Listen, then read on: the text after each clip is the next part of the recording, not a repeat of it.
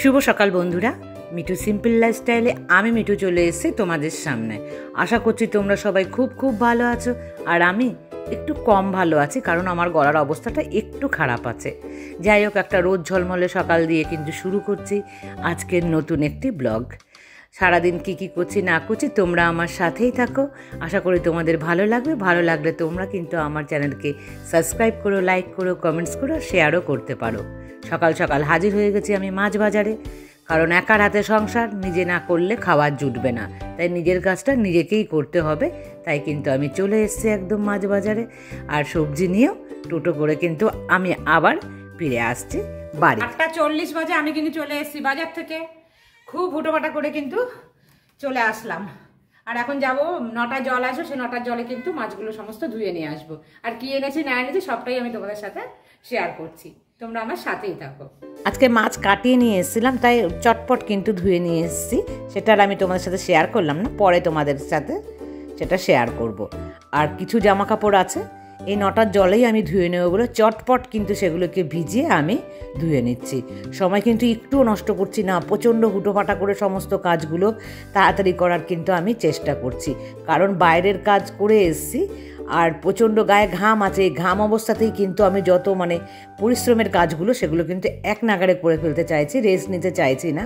Rest নিলেই কিন্তু আর পরের কাজটা করতে ইচ্ছে হবে না। অ্যাকোয়াগার্ড থেকে মাটির মটকাটাতে যে জল ভরে রাখছিলাম, তখন না পুরো মটকাটা জলে ভরে পড়ে গেছে একদম, আর সারা ঘর না জল থই থই হয়ে গেছে। আর এই পাপোশটা তার পাশেই ছিল, পাপোশটা পুরো ভিজে গেছে। তো ভাবলাম যে এটাকে ভালোভাবে বাইরে নিয়ে গিয়ে ছাড়া জলে ধুয়ে একদম বাইরে মেলে দিই। আজকে ওয়েদার এখন দেখাচ্ছে রোদ ঝলমলে, কিন্তু একটু রোদ আবার একটু পরেই কিন্তু মেঘলা, আর কোনো উপায় ছিল না এই পাপোশটা ধোয়া ছাড়া। ভাবলাম পুরোটাই যখন ভিজে গেছে তাহলে কিন্তু আমি সেখানে ধুয়ে দিই এটাকে। আর ফার্নিচার মোছার যে কাপড়টা, এই কাপড়টা দিয়ে সিঁড়ি রেলিং টেলিং এগুলো কিন্তু মুছি আমি। সেটাকে কিন্তু ভালোভাবে দেখো ডিটারজেন্ট দিয়ে একদম ব্রাশ দিয়ে ঘষে ঘষে কিন্তু বেশি জল দিয়ে বাইরেই আমি ধুয়ে মেলে দিই। আর এই সমস্ত কাজগুলো কিন্তু আমি সমস্তটাই বাইরে করার চেষ্টা করি, কারণ বাইরে বেশি জল দিয়ে ভালোভাবে কিন্তু করা যায়, তাহলে বাথরুমটা একটুখানি পরিষ্কারও থাকে। প্রত্যেক দিনই 1 বালতি করে জল নিয়ে কিন্তু এই পোর্শনটাতে খুব ভালোভাবে ঢেলে ধুয়ে পরিষ্কার করে দেওয়া হয়। এখানে জল জমে থাকে, ঝাঁটা দিয়ে ভালোভাবে যদি জলটাকে নিচে ফেলে দেওয়া না হয় তাহলে কিন্তু শ্যাওলা পড়ে এখানে স্লিপ কাটার চান্স একদম 100% থাকে, এবং আমি এর আগেও 2-3 বার কিন্তু পড়ে গিয়েছে এখানে। আর এই যে মাছ টাছ কেটেছিলাম না, খুব ভালোভাবে কিন্তু সেই জায়গাগুলোকেও জল দিয়ে ধুয়ে দিচ্ছি। তারপরে কিন্তু আমি চলে এসেছি ওপরে ছাদে। আগের দিন যে জামা কাপড় ছিল সেই কয়েকটা জামা কাপড়কে আমি কিন্তু তুলে রেখে দিলাম, কারণ বৃষ্টি পড়ছে না, জামা কাপড়গুলো কিন্তু শুকোচ্ছে না একদমই। আমার হাতে যে টাওয়ালটা দেখছো, এটা কিন্তু মেয়ের ক্লাস 3 বারবি দেওয়ার টাওয়াল। তো এই টাওয়ালটা কিন্তু মেয়ে নিয়ে যাবে যেখানে যাবে। তারপরে এসছে কিন্তু আমি জল ভরতে বোতলে। সকালবেলা আজকে জল ভরা হয়নি, তো একটা বোতলে জল ভরেই কিন্তু জল খেয়েছিলাম। আর একটা বোতল আমি খুঁজে পাচ্ছি না গো। আর এই দেখো, আজকে এনেছি কাটা পোনা মাছ, আর এখানে আছে বোয়াল মাছের মাথা, আর এই যে এনেছি বোয়াল মাছ। তো এই ছিল কিন্তু আজকে মাছ বাজার। আর এখানে এনেছে দেখো সবজি, কিছুটা সবজি আনি, খুব বেশি করে এখন সবজি কিন্তু আমি আনছি না, খুব বেশি খাওয়া হচ্ছে না, কারণ রান্না খুব একটা বেশি কিন্তু তরিজুতি করছি না। মৌসুম্বি লেবু এনেছি, ঝিঙে, বেগুন, এই দেখো কাঁচা লঙ্কা আছে, এখানে আছে উচ্ছে, ভেন্ডি আর পটল। এই ছিল কিন্তু আজকে সবজি বাজার। তারপরে দেখো এখানে মাছের জন্য আলু বয়েল করেছি, আর এই টুকরো বোয়াল মাছ নিয়েছি। এর মধ্যে নুন হলুদ মাখিয়ে কিন্তু আমি এই মাছটাকে এখন রেখে দিচ্ছি কিছুক্ষণের জন্য। তোমাদের কার কার বোয়াল মাছ খেতে ভালো লাগে? আমার কিন্তু ভীষণ ভীষণ ভালো লাগে বোয়াল মাছ খেতে, আর সলিড মাছ কিন্তু একদম। এই দেখো আলুটা কিন্তু বয়েল হয়ে গেছে, তো আমি ওটা রেখে দিচ্ছি পাশে। আর এখানে দেখেছি একটা বেগুনকে আমি চিড়ে নিয়েছি, এটাকে কিন্তু আমি পোড়া বসিয়েছি। এই পোড়া বেগুন দিয়ে একটা আজকে আমি রেসিপি বানাবো, সেটা তোমাদের সাথে শেয়ার করব। চটপট একদম ঝামেলা মুক্তহীন কিন্তু খাবার, এবং টেস্টি ভীষণ। আর এই দেখো এই মাছটা যে মেখে রেখেছি নুন দিয়ে, সেটাকে কিন্তু আমি আগে রান্না করে নিচ্ছি। আর এখানে দেখো একটা লেবু কেটেছি, দেখে মনে হচ্ছে না পাতি লেবু, পাতি নয়, এটা কিন্তু মৌসুম্বি লেবু। তো আমার ফাঁকে ছটপট কিন্তু আমি একটা লেবু খেয়ে নিচ্ছি। আর এখানে দেখো মাছ ভাজা বসিয়েছিলাম, কি অবস্থা হয়েছে, তেলটা ছিটে পুরো টালি আমার খারাপ করে দিয়েছে। আলু দিয়ে আমি বোয়াল মাছের ডালনা বানাচ্ছি, দেখো ফুটে উঠলো এবং আমার কিন্তু রেডি হয়ে গেছে বোয়াল মাছের ডালনা। বেগুন পোড়াটা ঠান্ডাও হয়ে গেছে, আমি কিন্তু খুব ভালোভাবে খোসাটাকে ছাড়িয়ে নিচ্ছি। বেগুন পোড়া অনেকেই খেতে কিন্তু আমরা ভীষণ ভালোবাসি, আর এই বেগুন পোড়া দিয়ে এই রেসিপিটা তোমরা একবার বানিয়ে দেখো, ভীষণ ভালো লাগবে কিন্তু। আর এই বেগুনটাকে দেখো আমি একটা চাকু দিয়ে বোটাটাকে কেটে সরিয়ে নিলাম, আর এরকম ছোটো ছোটো করে টুকরো করেছি। পেঁয়াজ, এখানে কাঁচা লঙ্কা আর একটা ডিম, এটা দিয়ে কিন্তু হবে ডিম বেগুন। তোমরা একবার খেয়ে দেখো, আমি বলছি তোমাদেরকে দারুণ স্বাদ লাগে কিন্তু। এই তেল দিয়ে একটা ডিমের অমলেট মতন করে নিলাম আমি, দেখো। তারপর কিন্তু এটাকে বেশ ডিমের যে ভুর্জি বলে, মানে ভুজিয়া, সেটাকে করে নিলাম একদম নেড়ে চেড়ে, কিন্তু পুরো ছোটো ছোটো টুকরো করে নিলাম। তারপর দেখো তেল দিয়ে তার মধ্যে পেঁয়াজ কুচিটা আমি দিয়ে দিলাম, এর মধ্যে কিন্তু একটুখানি নুন দিয়েছিলাম। তারপর দেখো কাঁচা লঙ্কা দিলাম, তারপর আমি একটুখানি হলুদ দিলাম। এই হলুদটা কিন্তু আগেই দিতে হবে, নাহলে গন্ধ বেরোয়। হলুদের গন্ধ চলে যাওয়ার পর কিন্তু আমি যে বেগুন পোড়াটা মানে মেখে রেখেছিলাম একটু, সেটাকে দিয়ে দিলাম। খুব ভালোভাবে কিন্তু এটাকে নাড়াচাড়া করতে হবে। খুব ভালোভাবে মিশে যাওয়ার পর তারপর কিন্তু ওই যে ডিমের ভুর্জিটা আছে সেটাকে দিয়ে খুব ভালোভাবে কিন্তু ডিমের সাথে বেগুনটাকে একদম মাখিয়ে নিতে হবে। তাহলেই কিন্তু রেডি হয়ে যাবে ডিম বেগুন।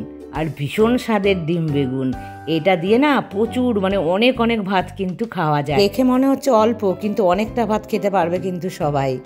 এই যে আলু দিয়ে মাছের ডালনা আর ভাত আমি বসিয়ে দিয়েছি। ভাতটা হতে হতেই কিন্তু আমি অন্যান্য কাজগুলো করে নেব। এখানে যে সবজিগুলো কেটে রেখেছিলাম সেই খোসা পড়ে আছে, সেগুলোও কিন্তু ফ্লোর থেকে পরিষ্কার করিনি। সেগুলো চটপট পরিষ্কার না করলে ফ্লোরে কিন্তু দাগ বসে যায়, তো সেইটাকেও কিন্তু আমি সাথে সাথে পরিষ্কার করে নিচ্ছি। আর এর মধ্যে কিন্তু আমার ভাত হয়েও গেছে। মা মেয়ে দুজনার ভাত, বুঝতেই পারছো বেশি টাইম লাগে না। স্নান পুজো করে কিন্তু একদম রেডি হয়ে গেছি, দেখো ভেজা আছে চুলটা এখনো। আর এখন কিন্তু 2:30 বেজে গেছে, মানে 2:30। আর খেতে পারিনি, কারণ বাজারে গিয়েছি, এসে কাজ সমস্ত করতে গিয়ে কিন্তু আজকে দেরি হয়ে গেছে। আর বাজারে যেদিনই আমি যাব সেদিনই কিন্তু আমার অনেক অনেক দেরি হয়ে যায়, কারণ অন্যান্য কাজগুলো থাকে সেগুলোও করতে হয়। এই যে জামা কাপড়, এগুলো কিন্তু আমি কিচ্ছু ফোল্ড করিনি, কারণ আমি করার একটুও সময় পাইনি। তো এগুলোকে কিন্তু আমি পরে মানে বিকেলবেলা করব। আর এমনিতেই এটা আমাকে ফোল্ড করতে না আমার অনেক আলসেমি আছে। তো এখন লাঞ্চে কি কি খাবো তোমরা দেখেই নিয়েছো অলরেডি, আমি কি কি লাঞ্চে বানিয়েছি। তবু একবার খাওয়ার সময় তোমাদের সাথে আমি সেটা শেয়ার করব। তো চলো আমার সঙ্গে কিচেনে। একটা মাছ ভাজা আছে অবশ্যই মেয়ের জন্য, আর লেবু নিয়েছি 2 টুকরো আমার জন্য। আর এতে ডিম বেগুন তোমরা দেখেছো, আর এখানে হচ্ছে মাছের ডালনা আলু দিয়ে। তো আমি কিন্তু আমার ভাতের থালি নিয়ে নিয়েছি। লাঞ্চটা করে নিই, পরে আবার ফিরে আসছি তোমাদের সামনে। হয় সন্ধ্যেবেলা, নয়তো 4টে-5টার সময় আবার ফিরে আসছি তোমাদের সামনে। এখন বিকেল 5টা বাজে, আর আমি তখনই কিন্তু আসলাম। আগেই আমি এঁঠো থালা বাসনগুলো তুলে রেখেছিলাম, তো এখন টেবিলটাকে কিন্তু একবার ভালোভাবে মুছে দিচ্ছি। আর এখানে দেখতে পাচ্ছ একটা বোতলের ওপরে তেলের প্যাকেট উল্টানো আছে। যতটা বেশি তেল আর কি কালেক্ট করা যায় যাতে তেলটা অপচয় না হয়, তো আমি এইভাবে কিন্তু রেখে দিই যখন নতুন তেলের প্যাকেট কাটি। আর এই সমস্তকে কিন্তু সরিয়ে দেখো আমি কোথায় রাখছি। এই মাইক্রোওভেনের ওপরে না আমি সমস্ত জিনিসগুলো রাখি, যখন মানে পরিষ্কার করব আর কি তখন। তো এগুলোকে আমি সরিয়ে রেখে দিলাম। আর এই যে গ্যাস ওভেন, এটারও অবস্থা দেখো। বেগুন পোড়া করেছি না আজকে, বেগুন পোড়া করলে ভীষণ গ্যাস কিন্তু নোংরা হয়, এজন্য একদম ভাল লাগে না। কিন্তু কোনো উপায় নেই, খেতে ইচ্ছা হলে মাঝে মাঝে তখন তো করতেই হয়, পরিষ্কার আমাকে করতে হবে জানি, তবুও জিভের স্বাদ যখন অনেক বেশি লাগে তখন কিন্তু সেই কাজটা করতে ভালোই লাগে। যাই হোক, খুব ভালোভাবে কিন্তু আমি হালকা ডিটারজেন্ট দিয়ে যেটা করি আর কি রেগুলারলি, সেটাই কিন্তু আমি করছি। তোমরা হয়তো অনেকেই যে গ্যাস ওভেন পরিষ্কার করার জন্য যে লিকুইড পাওয়া যায় সেগুলো হয়তো ইউজ করো। আমি কিন্তু কম পয়সায় একদম সে কাজটা করি, যেটাতে মানে যার জন্য আর আমাকে বেশি পয়সা খরচ করতে হয় না। অনেকেই বলবে আমাকে কিপটে, যে এর জন্য পয়সা খরচ করতে চায় না, কত আর বেশি খরচ হয় একটা লিকুইড কিনলে পরে।